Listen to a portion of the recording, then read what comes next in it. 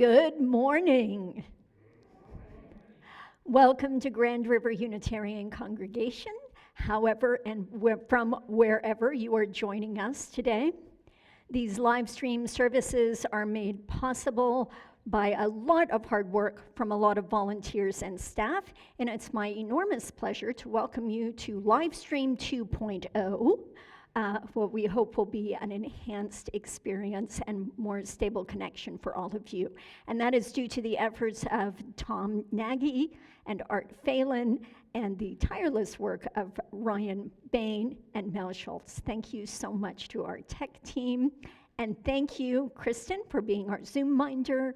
We've welcomed Kate today as our usher. Thank you so much, Kate. And in Stephen Priest's absence, Stephen, who is halfway around the world by now, we welcome Becky Verdun and Rosemary Harris doing our music today. So thank you so very much. As we begin, I want to take a moment, as usual, to confirm that those online can both hear and see. Please give Kristen a thumbs up to confirm. And those in the sanctuary, I see you're able to hear and see me. Excellent. And can someone online please post the order of service link in the chat so you at home can sing along while you here can hum and dance along. Next Sunday, we will also be open for limited in-person seating, just like this week. The registration link found in the tab opens each Monday, or you can contact Kristen or I to sign you up. But then the following week, February 27th, we are online only for a short service as a prelude to our annual general meeting. Woohoo! All right. It is vitally important that our members attend so that we meet our quorum and are able to conduct the business of this community for its continued health and stewardship. Though the meeting itself is necessarily limited, the possibilities are endless. Please read our annual report and plan to attend Wednesday night's board Q&A so you can ask questions, provide feedback, and hear more about our governance and discernment processes. Everyone is invited to attend these discussions. You can find that annual report in our weekly newsletter, The Tab, along with other invitations to meditations, dismantling racism, the What Matters Now series, which begins in person on Monday and next week online, and information about the ongoing craft and fitness donations for including Grand Valley Institute for Women, sponsored by our very own social action team, which happens to be chaired by Becky Verdun and championed by Corliss Olson, who I know is here today. So thank you so much. It's a joy to see our window classroom filled with your generosity and support. And now, let us set aside our worries and hurries. Let's soften our hearts and open our minds and set aside this hour to just be together as a community, and knowing that in this protracted time of restrictions, though our patience may be waning, the waiting reward is soon ahead, and we will be together again. I invite those online to sing along with our opening hymn, and those here in person hum and dance along with hymn number 21, For the Beauty of the Earth, verses 1 and 3.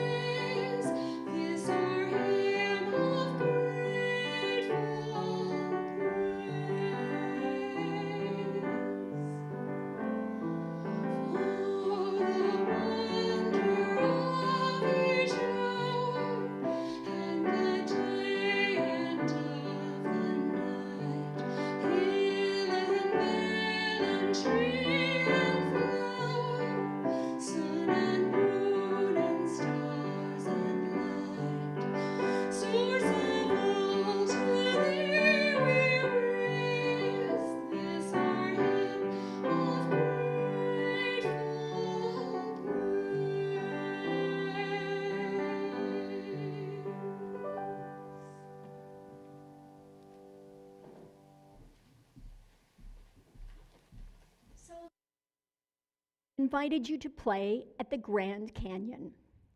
And this morning, I invite you to come play with me in Iceland. Iceland. Journalist Egil Bjarnason, and I'll just say in all my research, I honestly tried to wrap my Texas tongue around Icelandic pronunciation, so apologies in advance. It's just not going to happen. I'll do my best. Bjarnason claims that Iceland changed the world.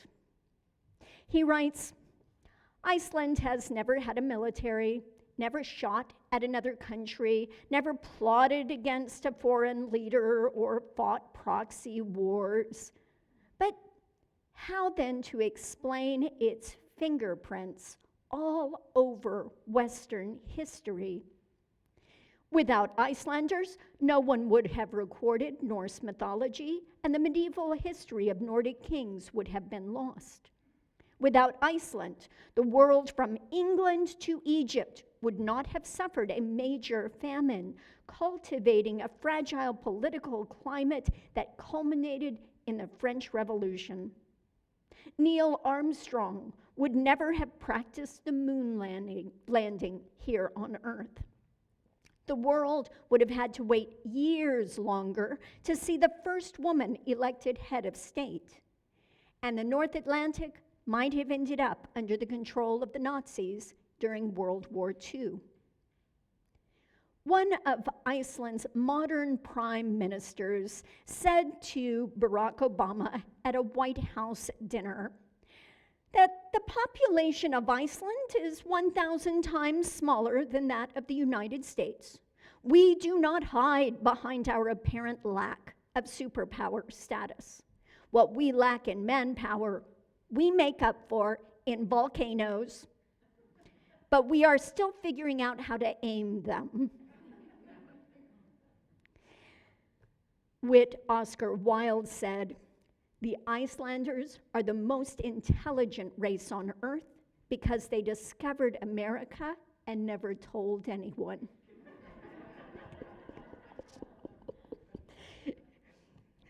Iceland is home to the world's oldest parliament, and its most universally praised national hero is a librarian. Iceland's resilience in the face of adversity and scarcity, its embrace of humor as a practical and tactical survival skill, and its big impact compared to its tiny size is a useful mirror for our own ways of being Unitarian Universalists. So come, let us embark on a virtual journey as we explore humor, history, and the art of resilience. Come, let us game together, let us walk together, let us play together this morning. Our chalice lighting today is a poem by Guttormur Guttormsson. Again, apologies for the pronunciation. This is called Soul of the House, and this, like many of the readings and information today, is from a history book compiled by the Canadian Unitarian Council called Guarding Sacred Embers, and you can find this in our library downstairs. Soul of this house. The soul of the house is the fire and the flame on the wick of the lamp. With any abuse of this treasure, the home becomes dark and damp. If away from the flame and fire, the soul of the house goes astray. Not to be stopped nor extinguished, it soon will be burning away. Is the soul, then, immortal in nature, revealed to be honest and true? There is always a fire that is burning, that dies, and is kindled anew.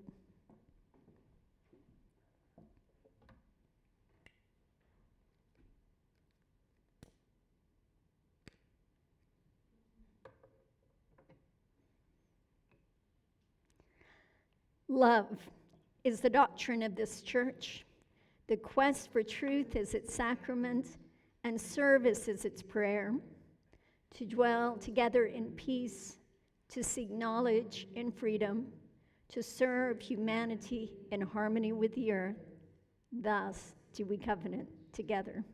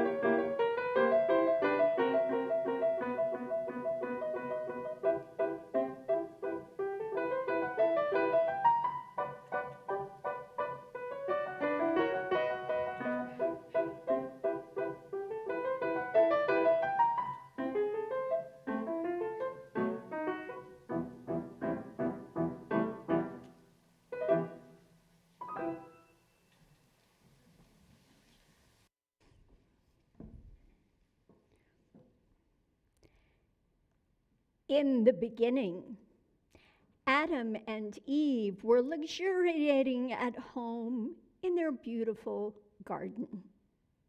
One day, God came to visit and asked to meet all of the couple's children.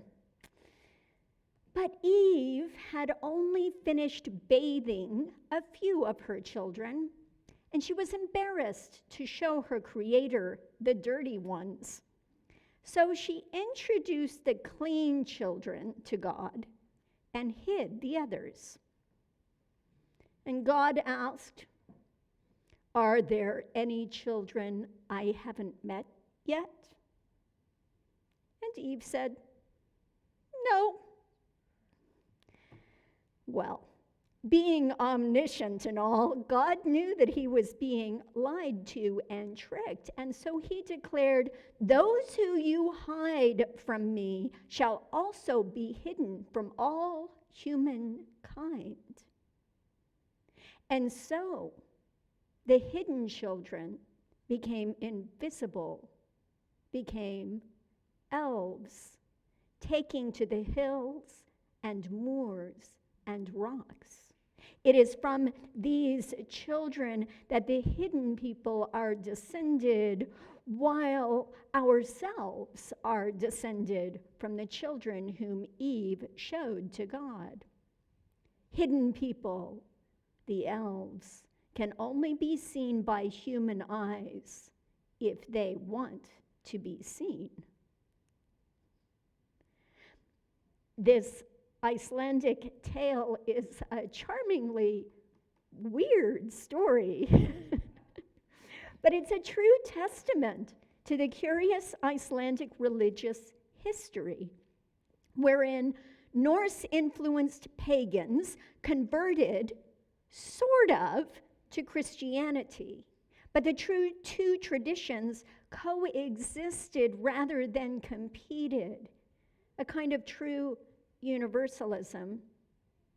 According to Terry Gunnell, a professor of folklore in the University of Iceland, more than half of Icelandic people believe in the hidden people, or at least are unwilling to deny the elves' existence.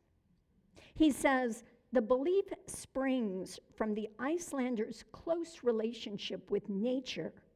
They fear it and respect it. The hidden people, Huldufolk, elves, are Earth's trickster guardians, protectors of nature, nagging humans to take care of the earth. The Huldufolk can help you with your fishing or entice you onto thin ice until you break through and perish.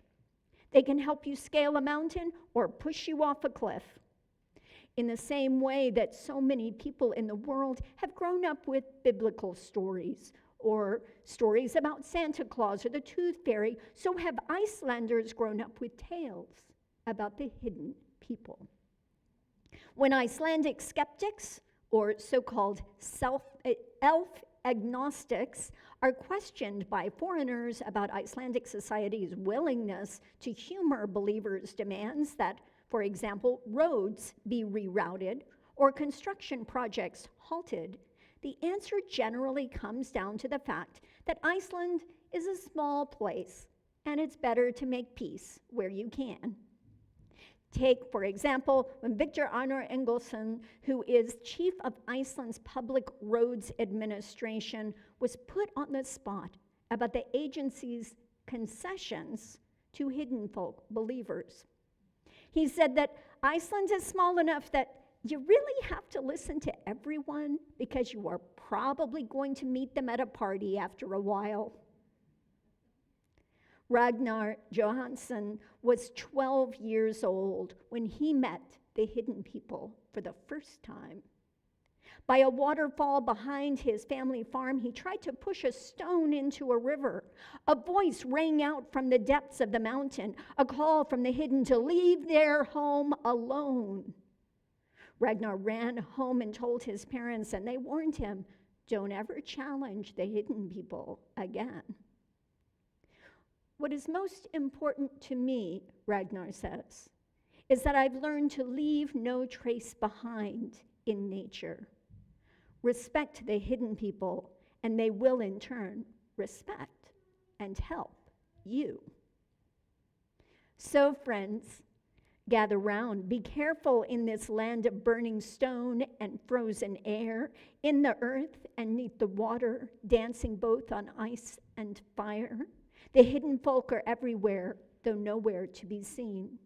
In rocks and cliffs, in trees, the sea, they travel in the breeze and freeze. You feel them there, but best beware. The hidden folk who guard the world keep fish and flowers safe in care. Betray the shore or signs ignore, and hidden folk may punish you. Their tricks are mean, their methods sure. But best be wise to share the earth.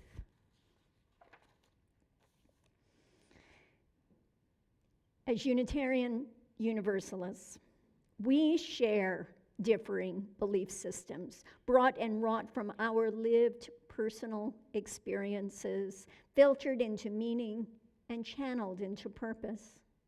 We gather not under a common creed, but through our covenant, a promise of how we aspire to be together with one another. And one practice of that promise is the sharing of our trials and triumphs, our joys and our sorrows. During the musical meditation, I encourage you to share your hopes, wishes, fears, and prayers with one another in the chat if you are online. Or if you're here in the sanctuary, you can write them on cards and leave them folded in the offertory plate as you exit. A reminder, if you're submitting a card, please include your name so that I can follow up with you. Although if you prefer to stay anonymous, that's also okay.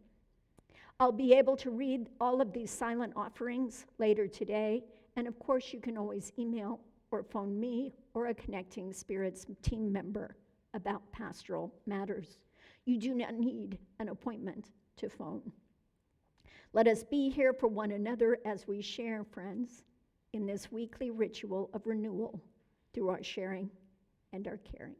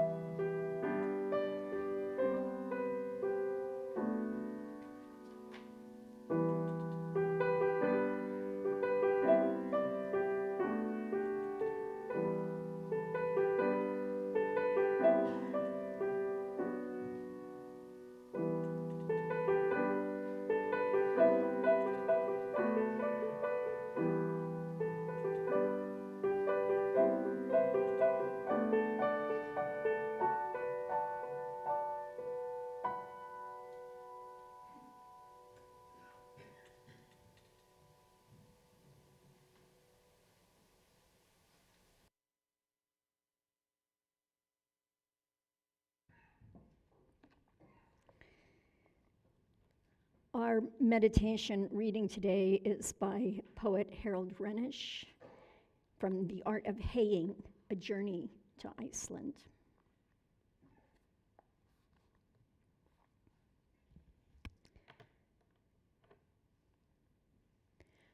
The universe in miniature is the earth. The earth in miniature is Iceland. Iceland in miniature is the monster of my Vatten. The monster in miniature is a cry in the dark. White stars swim in the water around it. They swan it, it swims them. The water washes up in waves on the black volcanic shore. It shores, it blackens. If you bend down low, you can hear tiny pebbles sing. If you lie on them, the singing will sound within you. The sound and the feeling of it will haunt you, and so will become human. And so you, poor elf, will make your own journey into the dark.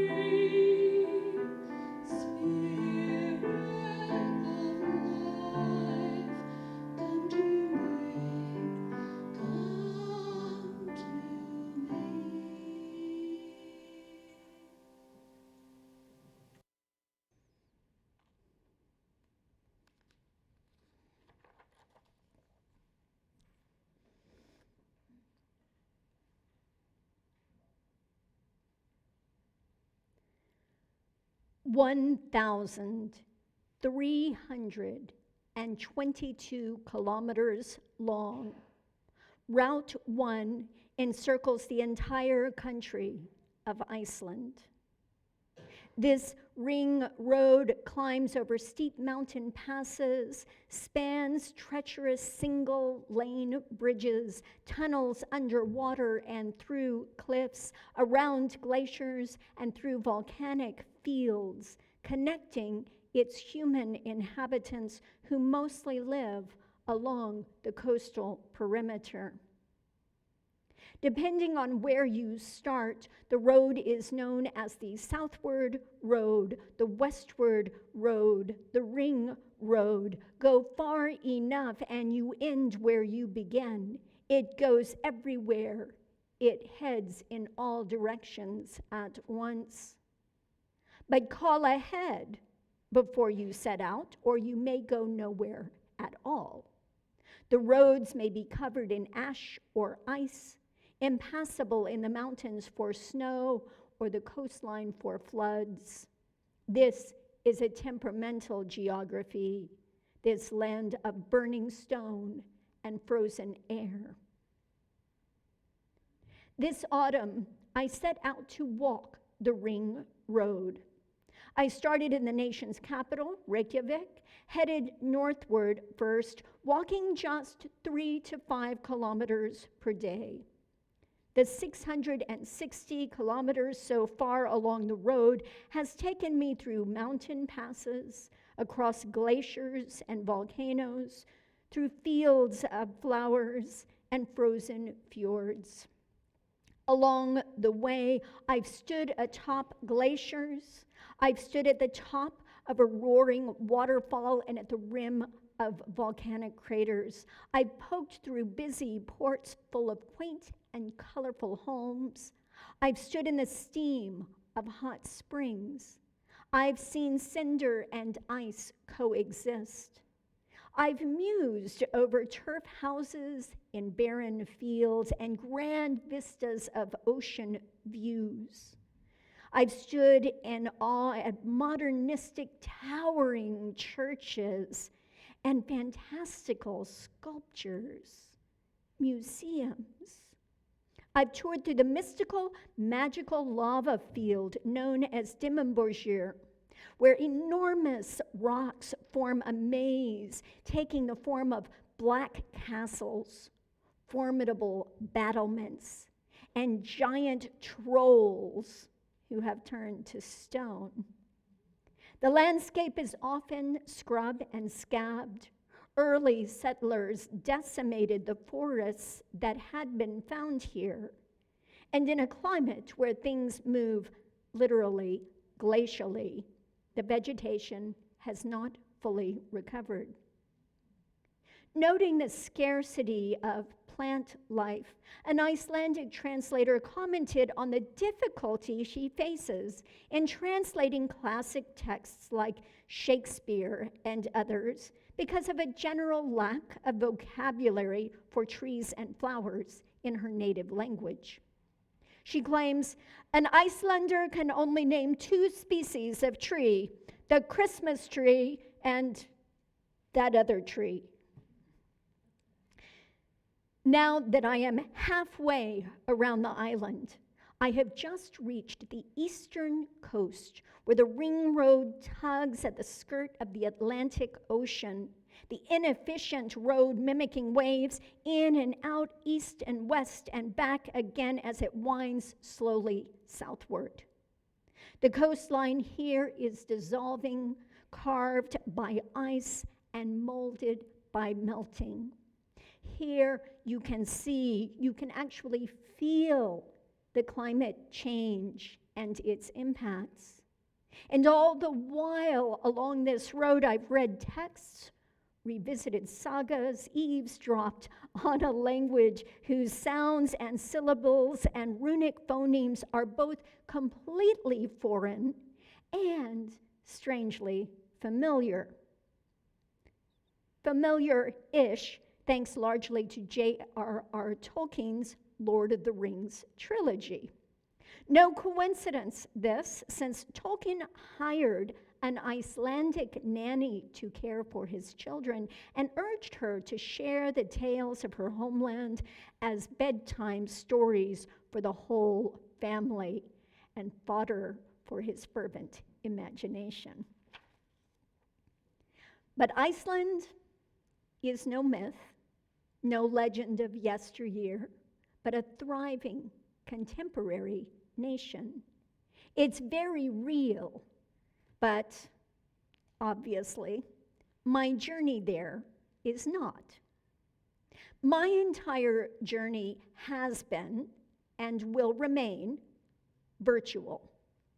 I have seen the island not with my own eyes, but through the many lenses of satellite mapping, photographs from a global community of tourists and locals, and lots of websites. I am no mere armchair traveler. I wear a tracker that counts my daily steps, that reminds me to walk, that nags me to move, to get up, ironically, from the computer. And I'm not an exercise person. I'm not really a hiker.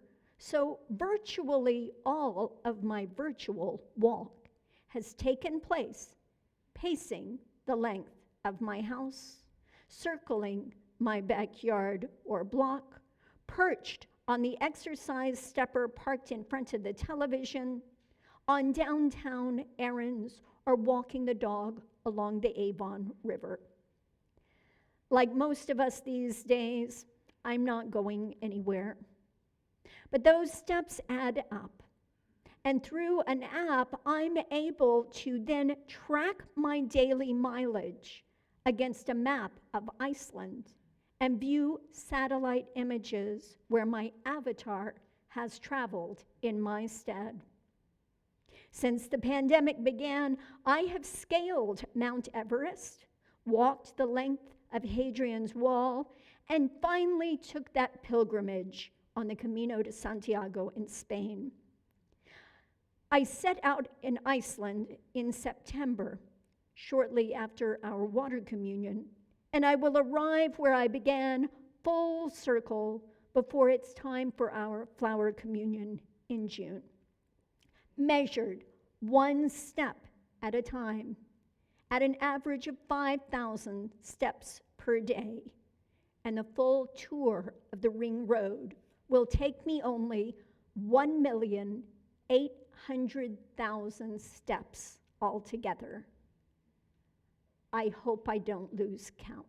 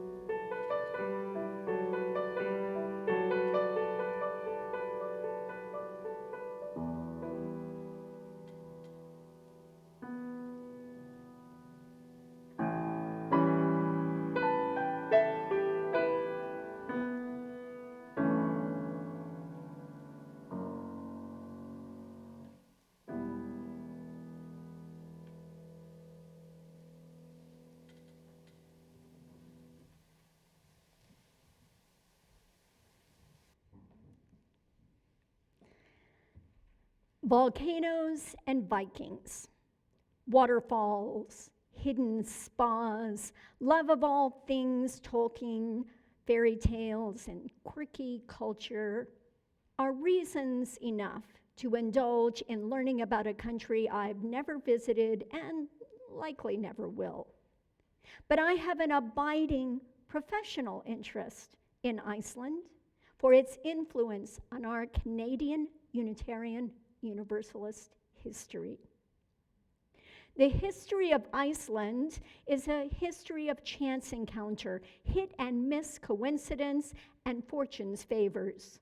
The early pagan settlers, subject to Scandinavian rule, were converted to Christianity by command, but kept in compromise with those old beliefs whose stories belched from volcanoes and scattered with the severe sea winds. But one disaster after another devastated the population over generations. The raging of the Black Death plague, the land and air ravaged by periodic volcanic eruptions, the raising of the forests, which caused erosion of the fragile soil, which led to famine. By the end of the 19th century, nearly 1/5 of Iceland's population emigrated, most of them to the Great Plains of North America, the Dakotas, to Saskatchewan, to Manitoba. And there they found even colder weather, sparse conditions, and smallpox. The hardy Icelandic survivors of those early trials, finally able to settle into family life, built churches. By then, Iceland had long converted to Lutheranism, a state-mandated religion.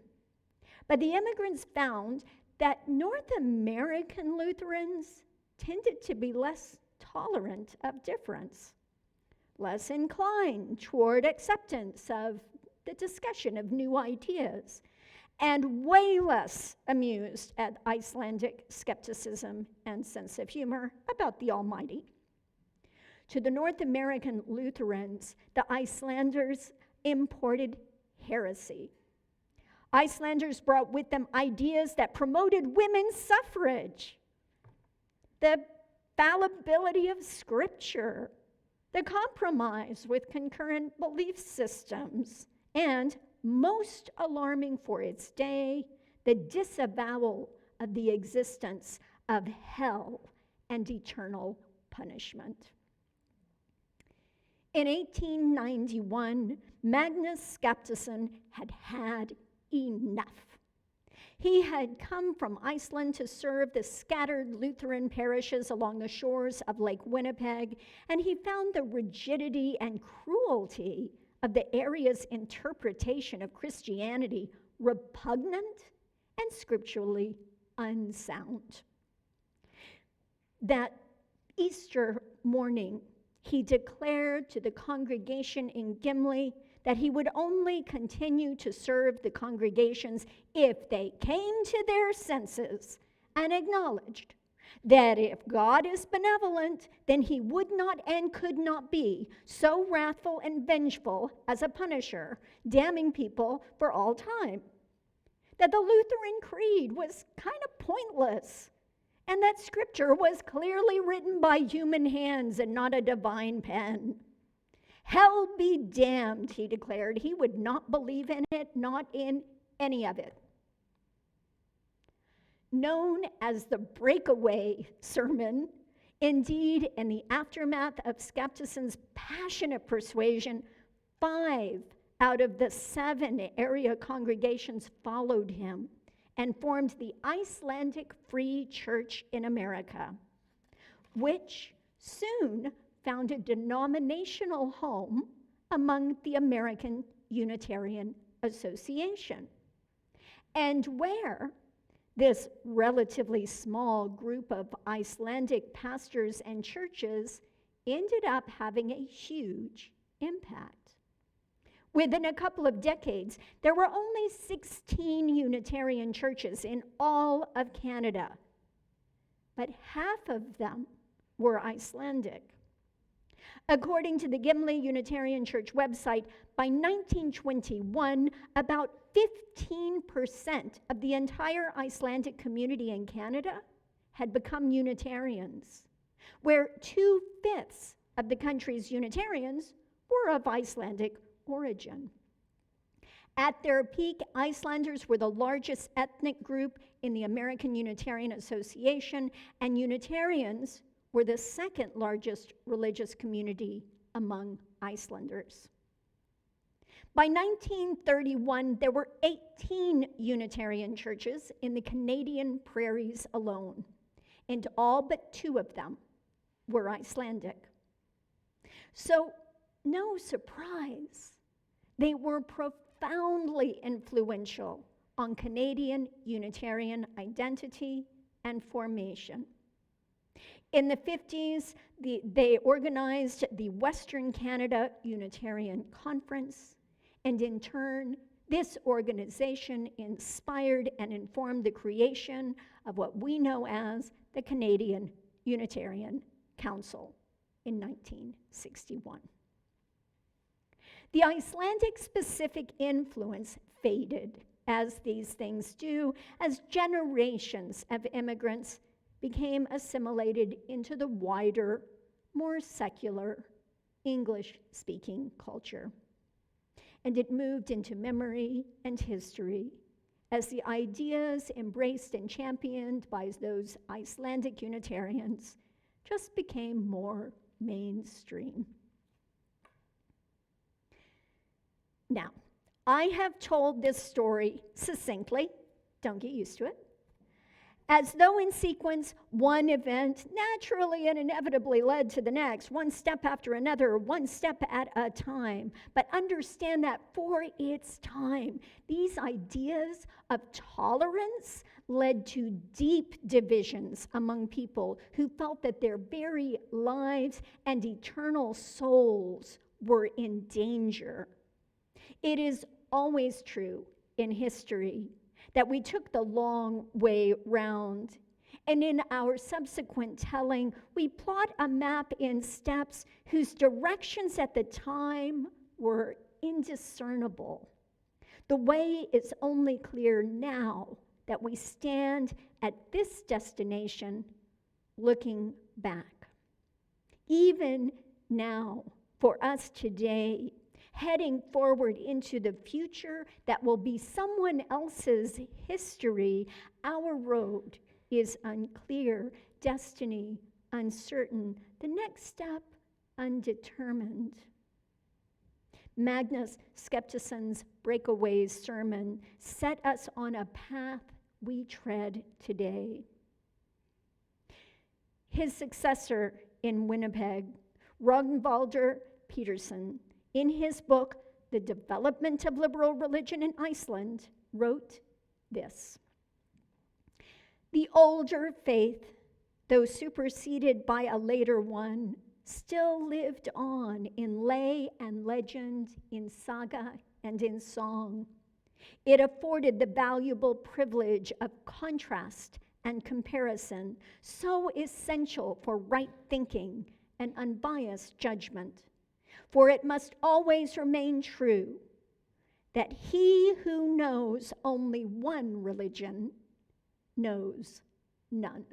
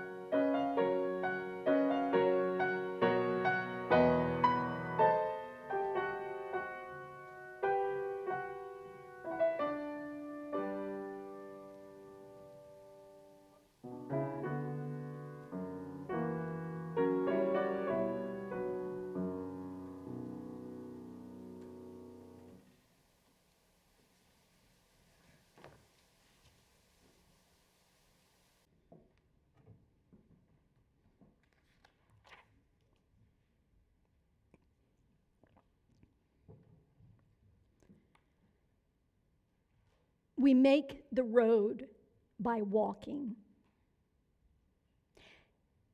Here are some conversions. The conversion in distance, I walk in steps to kilometers.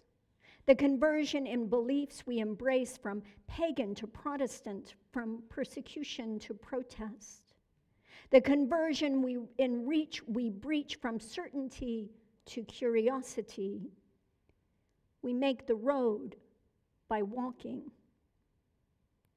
I walk every day, going nowhere and everywhere, plotting a path to faith and hope. A few kilometers at a time, I walk down snowy roads or fields of flowers. With the click of a mouse, I am at one side of a vast crater. In another second, I stand in a town square. The pictures I view on Google Maps are removed from time, asynchronous with the seasons in which I live. In one take, my walking marker can stand in ice, and in a thrice it thaws in mud. I can only see where I'm going when I look at where I have been. My marker, stayed avatar, is a picture of a traffic sign with a red silhouetted pedestrian labeled slow. It's designed to be a road sign warning for automobiles. I took the picture at a retreat center, warning motorists to look out for walkers. But I find it an apt description. 1,300 kilometers is daunting, measured out one step at a time. I habitually now, virtually always, take the long way round. Now ridicule my walking hobby if you must. Tisk at my failure to commune actually outside in freezing weather. I am under no delusion. But what I am really doing in fake Iceland along the virtual ring road is, at its purest simplicity, I'm playing. But as play, my game of let's pretend Iceland is an exercise in resilience. Jane McGonigal studies the science of play, and specifically the value of playing games, and even more specifically, the benefits of playing video games. McGonigal notes that we hear a lot about post-traumatic stress, but less so about the potential of post-traumatic growth. As hard as the past 2 years of lockdowns and restrictions have been, the slow, steady trickle of stress we've experienced has worn us down. But McGonigal reminds us that we can use this experience as a discernment for flourishing in the future. But to do so, we must exercise our resilience. McGonigal recommends 4 types of daily activities. They are not quite full-blown exercise, but rather short bursts that she calls snacktivities. Each are designed to improve 4 types of resilience, 4 small actions you can take. First, practicing physical resilience. Don't sit still more than 1 hour at a time. I have an hourly chime set to remind me to get up, away from the computer, stop what I'm doing, stretch, and walk. 2, practicing mental resilience. She says, tackle a tiny challenge. Count to 50 as you snap your fingers. That's simple. Stop everything and solve today's Wordle puzzle. Sudoku. Check where you are on that virtual map of Iceland. 3, practice emotional resilience. If you can't actually just stop and go outside to breathe fresh air and watch the birds, at least look out a window. If you're stuck indoors, she says, look up a baby animal online. That's the actual recommendation. Look up a baby animal. They're cute. You'll access love and compassion. It's hard not to like them. Something cute, something sweet, something that makes you smile. McGonigal prescribes 3 positive hits for every negative one that crosses your mind within an hour. That's going to keep some of us really busy on some days. And finally, she says practice social resilience. Every day, just say thank you to someone. Go for a walk and smile at a neighbor. Show up online or in person to a community gathering. Send a card. Send an email. Send a greeting to someone. Every day. So it turns out that my weird little quest to walk the fake ring road was a good impulse, a way to gamify exercise, to make fitness more fun, to acknowledge the needs of my aching body and my stressed out heart. Though I could not and would not have articulated it this way when I started them, my walks through virtual landscapes are an engagement with those small acts of boosting resilience that over time build strength. There's no real purpose. It's not really a goal. I'm not getting anywhere. I will end where I began on this road, and though I did not need a reason, I'm glad to have found that the steps add up in this way. It's affirming to note it as resiliency.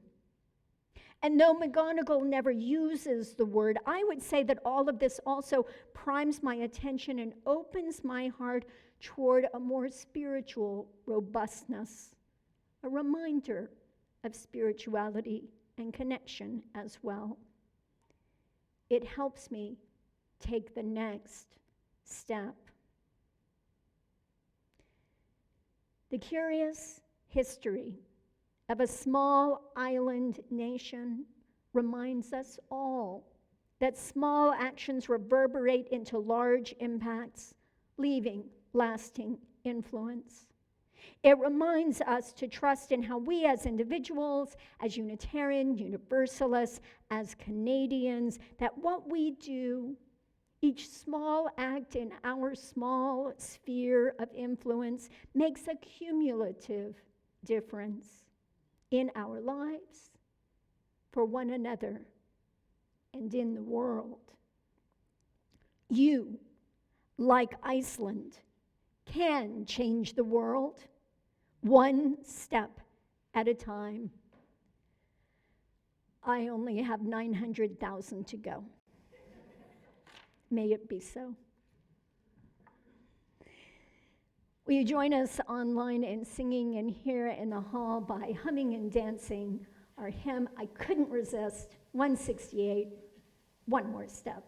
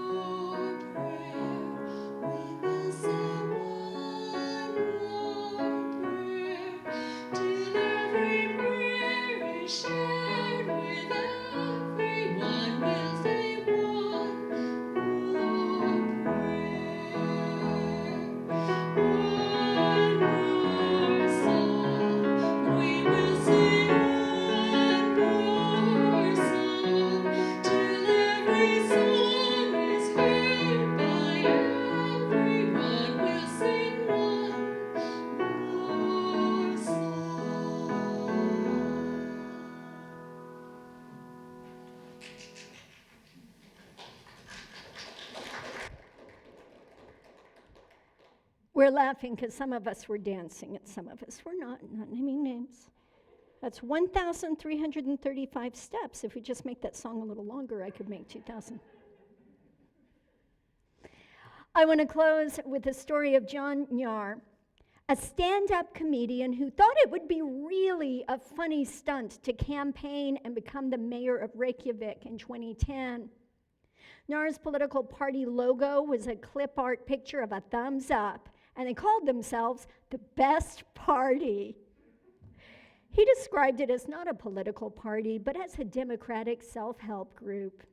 Their platform included promises for free towels at the swimming pools, a polar bear for the city zoo, and way more fun than those other parties.